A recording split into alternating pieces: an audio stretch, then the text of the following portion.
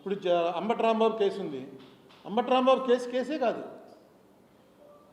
అది. దాంట్లో తిట్టాడు, బూతులు తిట్టాడని చెప్పి తీసుకెళ్ళి జైల్లో పెట్టడం అనేది నేను వినలేదు. బూతులు తిడితే దానికి క్రిమినల్ డెఫమేషన్ వేయచ్చు, 4 వాయిదాలు నడిపి 4 వాయిదాల తర్వాత శిక్షించవచ్చు. నీకు వెళ్ళు, ఈ కోర్టు లేచే వరకు నిన్ను నిలబెట్టి ఉంచండి, తన్ని తప్పుగా మాట్లాడాడు అలాంటివి అనొచ్చు. కానీ డైరెక్ట్గా మా ఇది సీఎం గారి తల్లిని అన్నాడు, ఇలా అన్నాడు, అందుకని చేశామని వాళ్ళే చెప్పేస్తున్నారు. మనకున్నటువంటి చట్టం ప్రకారం ఎంత పెద్దవాడైనా, ఎంత అంబానీ గారి తల్లి అయినా, మా తల్లి అయినా, మీ తల్లి అయినా ఒకటే status in the eyes of the law.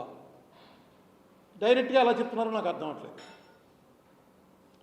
ఇది వెంజెన్స్ పాలిటిక్స్. ఆయన వాడాడు ఎన్ని చంద్రబాబు నాయుడిని జైల్లో పెట్టినప్పుడు సిద్ధార్థ లోదరావు వచ్చి పదం వాడాడు, రెజీమ్ రివెంజ్ అన్నాడు.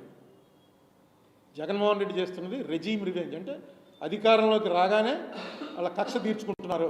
రెజీమ్ వచ్చింది కదా, వాళ్ళు రివెంజ్ తీర్చుకుంటున్నారని. మరి ఇది కూడా అదేగా.